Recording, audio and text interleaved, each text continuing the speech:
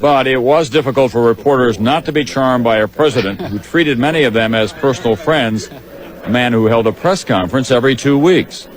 Those televised press conferences were equally valuable to the president. His skill and wit made him unnatural in front of the cameras. Ladies and gentlemen. Mr. President, it's been a long time since we've had a definitive report on your health from the best possible source. How is your aching back? Well, it depends on the weather, political and otherwise. The presidency, the methods of its operation. How has this worked out as you saw it in advance? Well, in the first place, I think the problems are more difficult than I had imagined they were. Secondly, there's a limitation upon the ability of the United States to solve these problems. We are involved now in the Congo in a very difficult situation. We've been unable to secure an implementation of the policy which we've supported. We are involved in a good many other areas. We are trying to see if a solution can be found to the struggle between Pakistan and India, with whom we want to maintain friendly relations.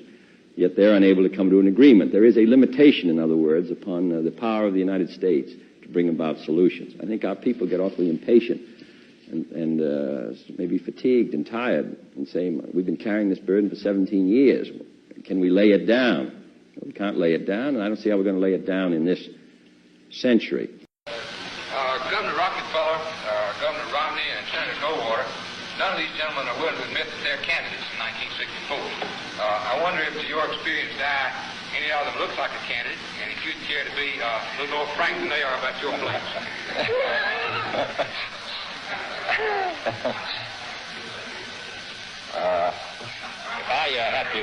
I would say that if the party, the spirit of the party comes to them, that they will answer the call in all those three cases. And I would say that that is about my position, too.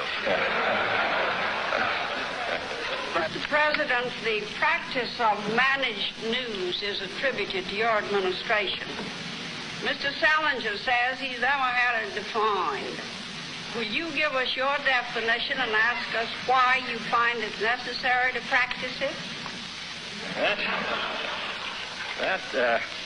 You are charging us with something, Miss Gray, and then you're asking me to define what it is you're charging me with. I think you might, let me just say that we've had very limited success in managing the news, if that's what we've been trying to do.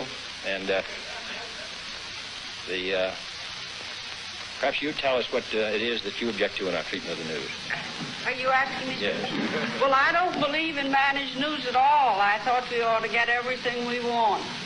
Well, I think you should too, Miss Gray. I'm for that.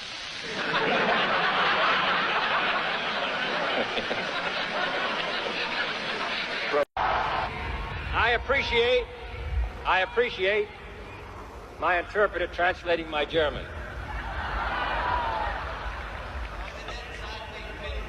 Dem Dolmetscher dankbar, dass mein Deutsch noch besser übersetzt hat.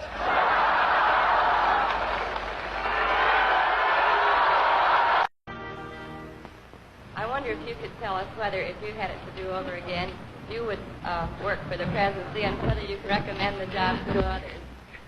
Well, the answer is, the first is yes, and the second is no. I don't recommend it to others. At least for a while. For the first time, giving us the lead, fires the largest payload into space, giving us the lead.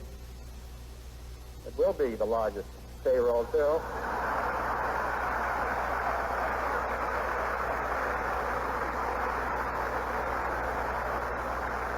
And who should know that better than Houston? We put a little bit right in here.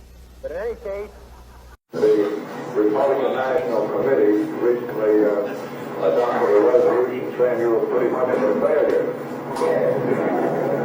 I'm sure it was passed unanimously.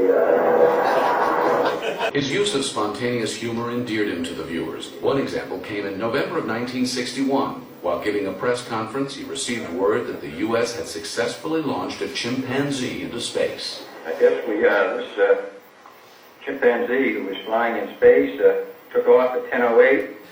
He reports that everything is perfect and working well.